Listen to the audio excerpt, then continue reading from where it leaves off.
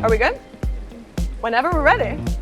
So we're back in Tosh. Welcome to the Ready Room. It's officially our first time actually saying that out loud. Honest answers only. What do you think of our new name? I think it's the perfect name, and I think it's a great way to kind of get people that aren't as into swimming with kind of more the backstory and behind the scenes. And I mean, I think I could have never thought of that name, so I think it's genius. I love it, and I appreciate you, because Kylie, it was her favorite option as well. So we kind of like threw it out to the public. What did people like? And I will say, as a swimmer, that Ready Room is that moment where you are your most vulnerable, but also everybody kind of acts a little different. And that's what I want to have in the show, right? Different conversations with different people, getting to know them on a different lens. So thank you for your vote of confidence. We appreciate it. We just finished watching your practice. I want to start. How was practice? And was there any, 800 pace in there at all? No, it was 7K long course, and it was mostly just like freestyle aerobic, a lot of kick as well, some pulling, typical kind of Fred Tuesday set. So, but only a single today, which isn't usual, so it's kind of nice. Love it. Well, you deserve it. You enjoy it. We're getting close to trials. We're going to talk a lot about different things and the big moments in your life. But one I wanted to start with was your lineup. I made a little bit of a joke about the 800. I have not been shy about how excited I am at the potential that could be. Just wanted to know where you're at about your event lineup. I know you mentioned your goal is to have 5 individual events at World Championships. So I'll throw it to you. Where are you at? Yeah, for sure. I mean, I got to do trials first. I got to make the team, but my goal is, like you said, to have 5 events in Singapore. And I've decided for sure I'm doing the 2 IM, 4 IM, 4 free, and the 200 fly. And then my 5th event will either be the 2 back, 2 free, or the 800 freestyle. So that's still completely, we'll see trials, we'll reset with your coach, and we'll see. Yeah, okay. For sure. What's weighing into that decision? Is it about the lineup? Is it more about what feels good at trials once you race them all? I think it's a bit of both. I mean, I'm kind of training for everything right now, and I know that I can kind of go either or, but it kind of depends on double ups and things like that and what I want to do, because day 1 is a really big day with 2 IM and 4 free double ups. So I don't know if I want to do more double ups throughout the whole meet. So kind of just figuring out what I think I can handle and what's the best for the rest of the schedule at Singapore. And it's great because you don't have to make that decision yet. So we'll wait and see. Looking forward to watching you swim that at trials. And of course, we know I'm a little biased. The 800 free, one of my favorite memories on the media side was watching you absolutely destroy my Canadian record in the 800 freestyle. You're the second fastest in history. The last time we got to see you swim it internationally was back at the Olympics in 2020, 21. So it's been some time. So we know where my vote is, but I'm really looking forward to watching what you decide and you choosing what's best for you, because Summer, that's all that matters. So you stay and you focus on that.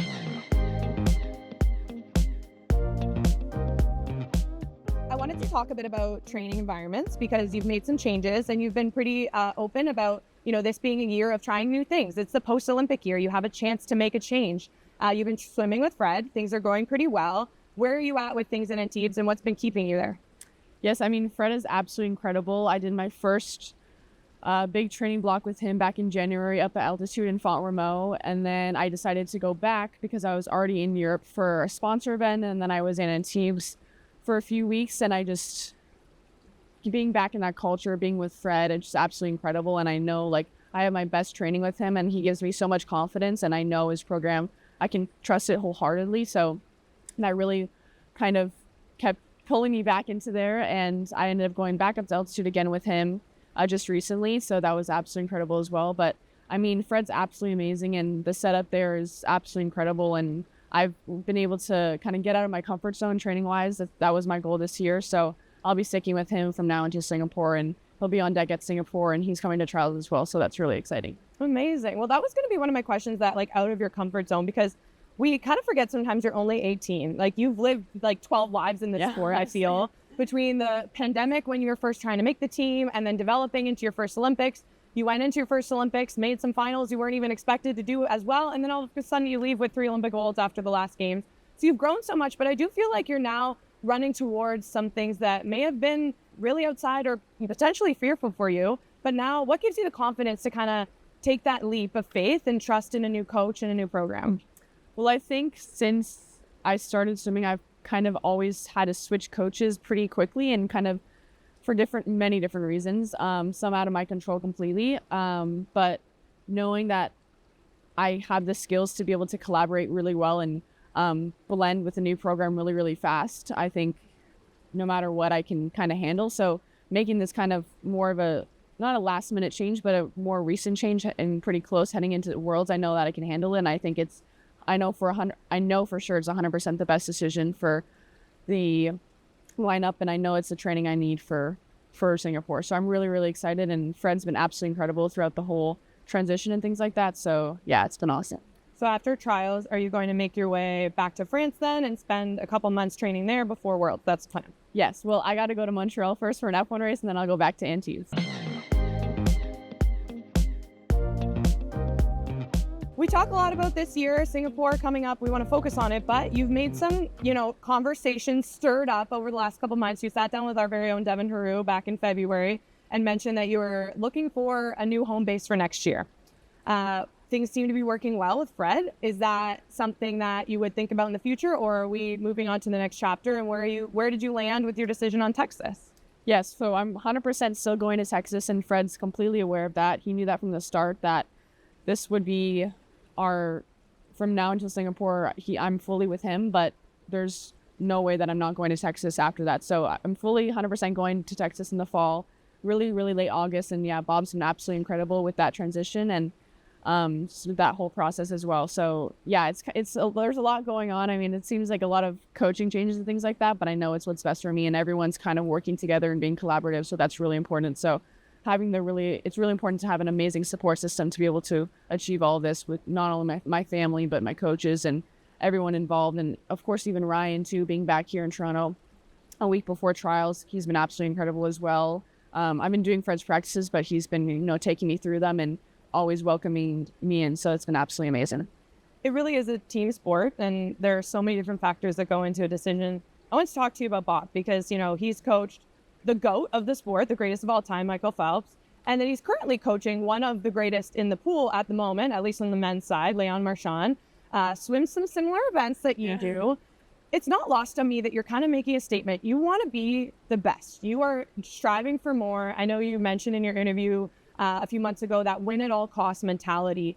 What excites you most about this next chapter in Texas? I would say there's unknowns, but there's a lot of knowns as well. I mean, I know I can fully trust Bob and trust his training, and I know I'm going into an amazing training group, but I also think there's unknowns when it comes to what that's going to do with my racing and my potential. And I think kind of the sky's the limit with him, and I know he's going to make me reach my full capacity and potential. So that's really, really exciting. So I think that's more the unknowns, and how fast I can really go is what I mean when I say unknowns. But I know that no matter what, I'm going to have an amazing setup there, and I'm so excited to move to Austin because it's a really cool city as well. So yeah, I'm really excited for this new chapter, and it's kind of like I'm growing up in a way and kind of starting a fresh page for sure. Yeah, there's going to be great food, great music, great swimming, great culture. Do you have any intention on going to school, or is that going to be maybe a decision you make down the line? Yes, that's more of a down the line decision. I mean, the first year I really just want to get settled there because it has been a lot this past year, a lot of different changes, things like that. But definitely I'm going to go to university. I don't know if it could be at the University of Texas or it could be an online situation. I'm not exactly sure yet, but definitely doing university after probably the first year, I would say. Any interest in what you want to study?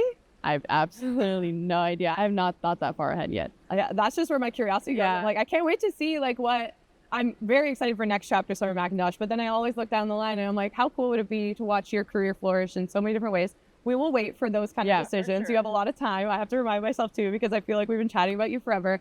I need to know, have you met Michael Phelps yet? No, I haven't. I mean, I saw him on deck at 2023 World Championships and I was starstruck, and I was too scared to go over and say hi.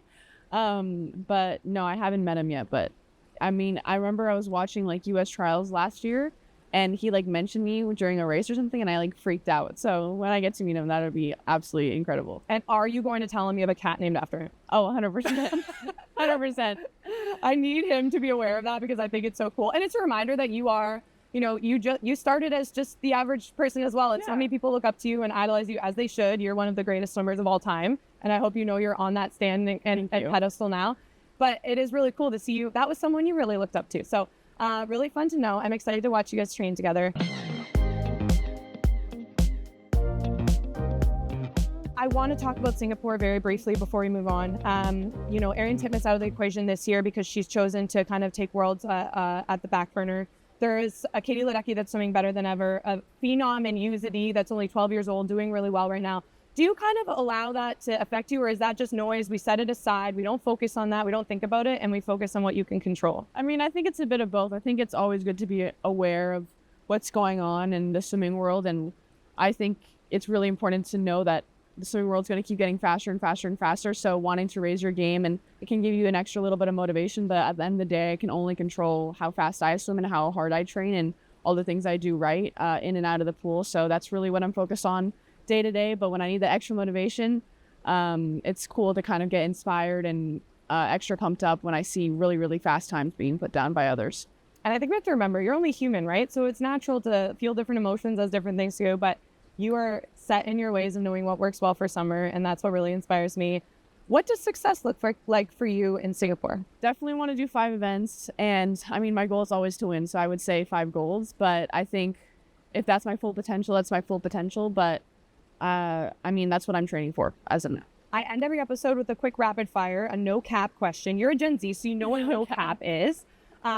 There's too many things I want to ask you, so we're going with rapid fire. It's not just one question. I'm going full no cap. So this is no cap with Summer McIntosh. Number 1, was the pool in Paris actually slow? No. Oh, I like. Oh, What is your favorite lane and why? lane 5 to race or train or both?